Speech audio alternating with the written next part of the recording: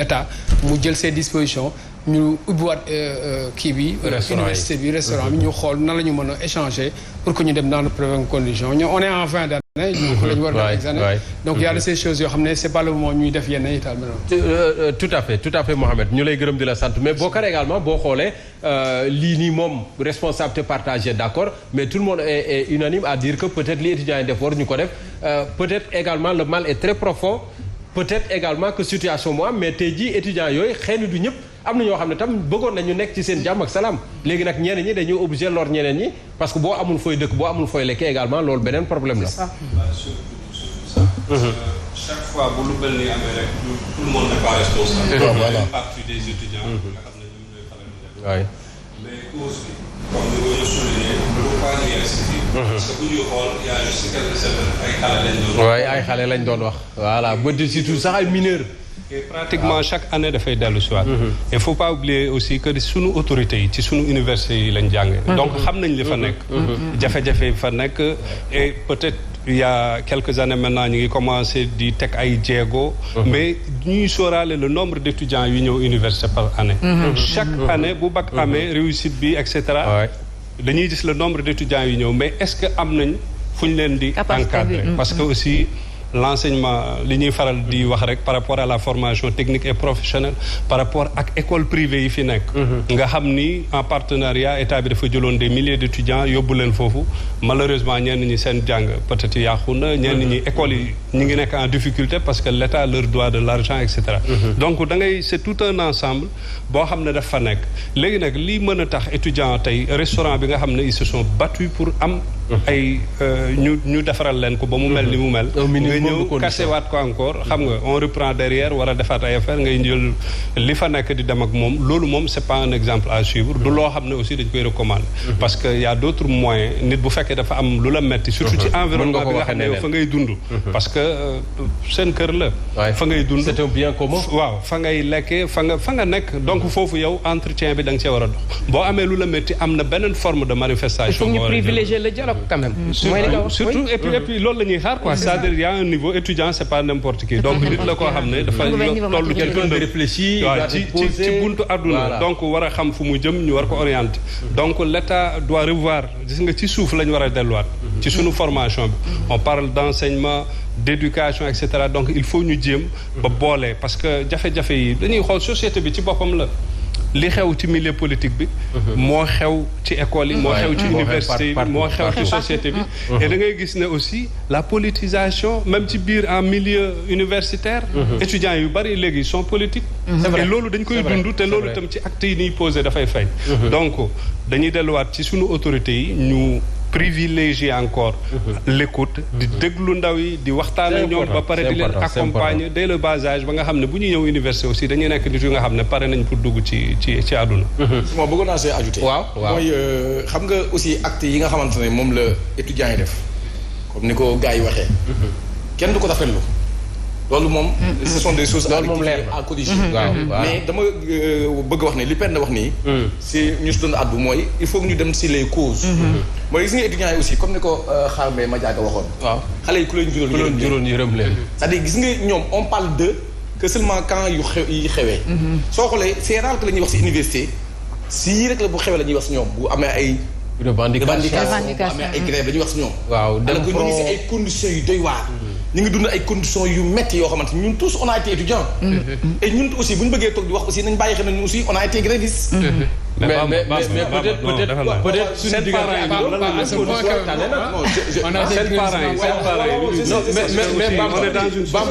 entre ñun suñu génération ak génération bi nekk fii ci campus peut-être les conditions également ont changé parce que campus bu Dakar boo ko demoon ay jamono foofu moom je parle des actes dama ne je parle des actes xam nga c'est-à-dire vandalisme bi man du ma ko cautionner wax ma loolu je parle des actes dama ne ñun tous on a été grévistes et l'université est par excellence le lieu des revendications citoyennes étudiants yi dañuy def yooyu mooy dañuy dem foo xamante ñoom dañuy def ay revendications maintenant dans toute revendication dans toute manifestation il y a des gens idéologues des excès des zélés mais si loolu laa bëgg a wax am il y a des gens idéologues yoo xamante ne ñoom ñooy dawal idéologie il y a des activistes yoo xamante ne ñoom au moment où gars yi ñu ngi négocier di waxtaan ñoom dañuy def ay actes donc yooyu aussi bokk na si conditions yu métti yoo xamante ne étudiants yi dañuy dund loo xamante ne le rêve comme Penda laa dit le rêve est rompu am na ñoo xamante ne nekk yi fa nekk tey bu ñu amoon tey suñu jàpp jóge nañ fa parce que kenn xalaatu leen kenn xalaatu suñu ëllëg kenn waxu si ñoom am na ñoo xamante ne aussi tey conditions ñuy dund parce que bàyyi nañ région bàyyi nañ famille bi ngay wax bàyyi nañ ay waajur amatuñ lu ñuy xéewloo parce que bu ñuy xéewlul fii fan la ñuy xéewloo ñun dañ fa doon nekk journée bi yëpp pinto la ñuy lekk boo lekkul pinto yaa ngi lekk pain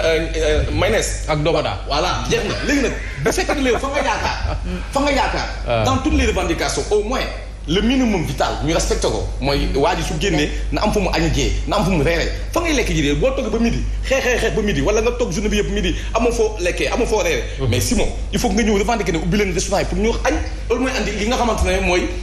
ngir de tubaab bi parce que da ngay wax ne yow il faut nga lekk parce que nag saako bu deful dara du taxaw donc je me dis que étudiants yi nag bala ñu agsi fii na leen bàyyi xel xam ne ñoom conditions ñuy dund ku leen xamal lu ñuy dund foofu ce sont des rêves rompus ce sont des ay espoirs yoo xamante ne c'est devenu en désespoir dafa nekk aussi ay dund paquetage yu métti yoo xamante ne il faut que gars yi bala ñu agsi fii comme ni ko Penda waxee foog ñuy waxtaan ak ñoom di leen fekk ji foofu di leen jëm a andi ay chemin ay projet ay vision moo gën ñuy agsi excès bi parce que souvent li ñu wan si image bi ñu wan si étudiants yi c'est une mauvaise image alors que l'étudiant est plus que ça d'accord yaa ngi évoqué peut-être sànq peut-être wàllu politique bi xaw ma yow la xaw ma Bokar peut-être également le contexte politique bi ñu nekk mën na jouer parce que gis naa sànq benn texte wu étudiant quelqu'un qui est à Dakar il relaie pour ses camarades de Saint-Louis la coordination des étudiants de Saint-Louis mais il te met en exergue le fait que directeur Crous moom ci jamono ji mi ngi campagne peut-être également il y a des liens politiques yoo xam ne xëy na contexte bi également moom moo ko waral yéen ñi nekk ci langue politique bi. bon loolu tamit je pense que bàyyi ma egg dafa pare. jaxase naa leen. bon loolu tamit le fait que tey jii tamit directeur généraux yu bëri tamit nekk ay personnalité politique. daf ciy joué mais man li ma bëggoon a yokk mooy. directeur en tout cas l'autorité de l'université li mu def loolu solution parce que problème bi dañ ko déplacé à l'université bi campus bi dinañ restaurant bi dinañ ko tijjiwaat ndax ña fa nekk dinañ lekk donc pour man li ñu war a def mooy trouver des voies et moyens pour permettre étudiants yi ñu xëy suba mën a lekk parce que ña fa nekk tamit la plupart ci ay régions lañ jógee dëkkuñu Saint-Louis donc ñooñu mënoo xëy suba de manière unilatérale nga tëj université bi tëj campus bi tëj restaurant bi bàyyi leen livré la toog ne voilà débrouillez-vous pour man loolu tamit loolu waaw day yokk jàng mais est-ce que quand même est-ce que tamit waroon nañu egg si situation boobu c'est ça le problème est-ce que waroon nañu egg si situation bu ñuy tëjee ay restaurant voilà c'est juste une question au début waroon nañu toog xool affaire bi dañ mooy source bi ñu toog waxtaan parce que université tamit je pense que ña fa nekk ay mag lañ jàng nañ am nañ bac donc c'est des gens qui sont quand même réfléchis war nañu mën toog tenir quand même benn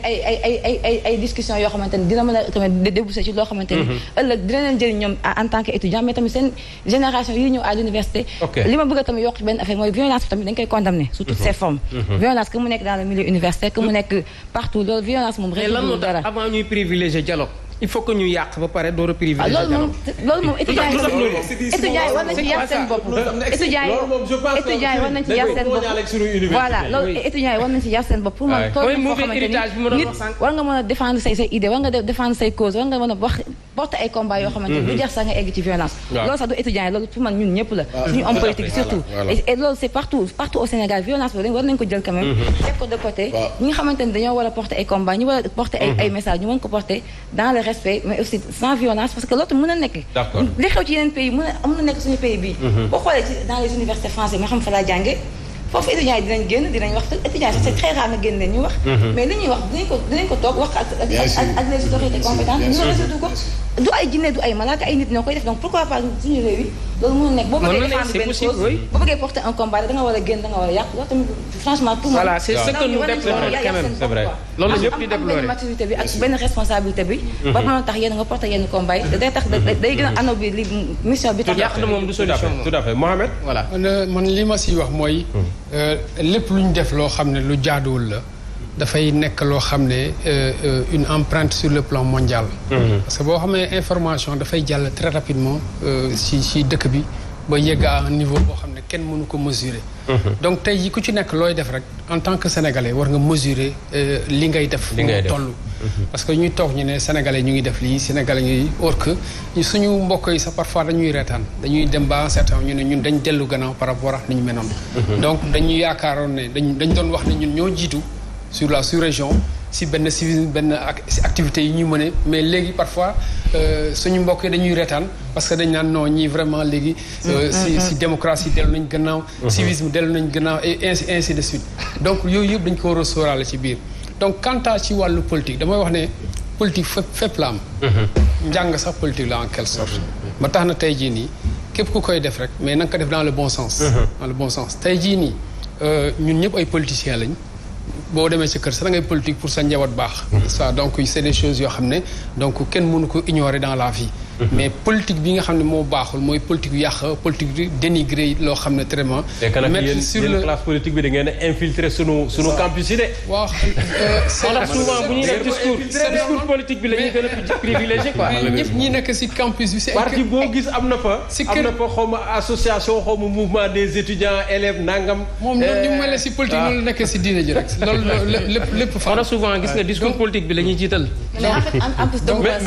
en fait question de gouvernance la ay question d'éducation donc c'est des questions yoo xamante ne non mais en fait suñu mag yi lañ ko gisee nga nekk médecin ka nga nekk ndaw enfin ñëpp lay ko donc politique ñëpp la concerne en fait ci suñu mag yi lañ ko gisee en fait parce que